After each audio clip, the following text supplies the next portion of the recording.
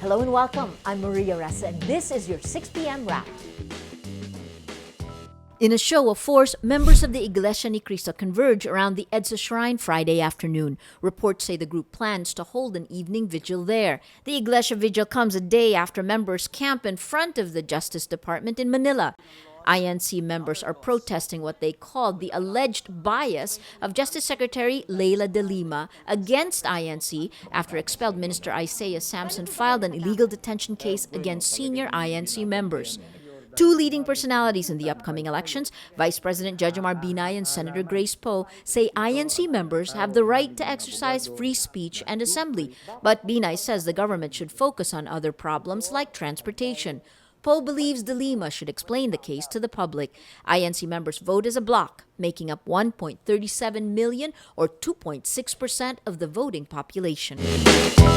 Violence breaks out twice involving members of the Iglesia ni Cristo shortly after its show of force at the Justice Department in Padre Faura, Manila. Authorities are investigating the attacks.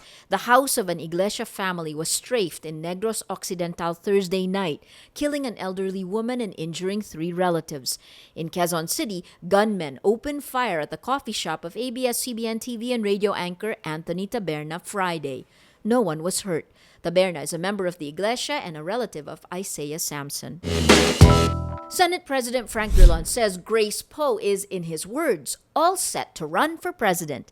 Drilon, a Liberal Party stalwart, says Poe skipping Senate sessions to campaign is, quote, a strong indication she's running.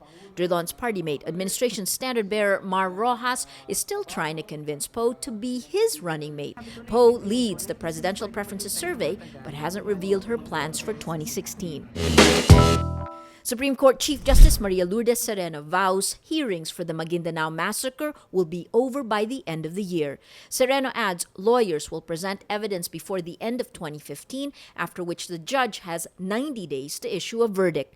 The trial involves members of the Ampatuan clan, which allegedly ordered the massacre of 58 people in Maguindanao in November 2009. This was the deadliest event for journalists worldwide and the most violent election-related event in Philippine history.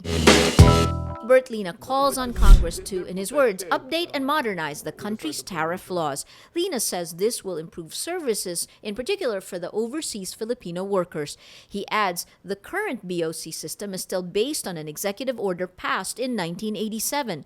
This comes in the middle of calls for his resignation over an uproar on key policies for Balikbayan boxes. That's your 6 p.m. wrap. Watch our updates at 12 noon and 6 p.m. I'm Maria Ressa. Remember, tomorrow begins today.